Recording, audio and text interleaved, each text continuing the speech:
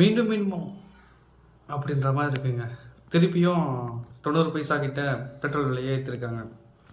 என்னன்னு பார்த்தீங்கன்னா, திருப்பி கச்சா எண்ணெய் உயர்ந்துருச்சான். அதனால் 90 பைசா ஏற்றிட்டோம்னு சொல்லிட்டு கவர்மெண்ட் சொல்கிறாங்க.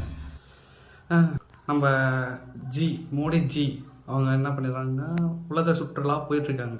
தெரியும் உங்களுக்கு, நார்வே, நெதர்லாந்து இப்படி போகும்போது நெதர்லாண்டில் ஹீலி என்ற பத்திரிகையாளர் என்ன பண்ணியிருக்காங்க, ஒரு கேள்வியை கேட்டிருக்காங்க இந்தியாவை பற்றி. அதுக்கு நம்ம நாட்டிலே அவர் பத்திரிகையாளர்களை சந்திச்சதில்லை, எங்கே அங்கே போய் சந்திக்க போகிறாரு. அங்கே என்ன பண்ணிட்டாரு, கடந்து போயிட்டுருக்காரு அவங்கள எதுவுமே பதில் கூறாமல். இதனால் என்ன பண்ணாங்க, அவங்க காண்டானவங்க கடுப்பில் ஒரு ட்வீட்டை போட்டு விட்டுறாங்க.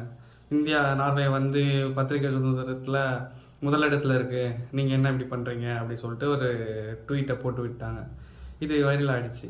ஸோ இதை பார்த்த நம்ம இந்திய தூதரகம், அந்த நாட்டில் இருக்க இந்திய தூதரகம் என்ன பண்ணுறாங்க, நீங்கள் வாங்க 5:30 மணிக்கு ஒரு ப்ரெஸ் மீட் வைக்கிறோம், அதில் உங்கள் கேள்வியை கேளுங்க அப்படின்னு சொல்லியிருக்காங்க. இதனால் அந்த ஹீலி அங்கே மோடி வருவார் அப்படி சொல்லிட்டு போனால் அங்கே இந்திய தூதரக அதிகாரிகள் தான் இருந்திருக்காங்க.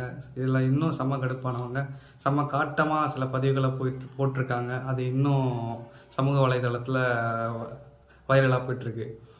இதை ராகுல் காந்தியும் ரீட்வீட் பண்ணியிருக்காரு.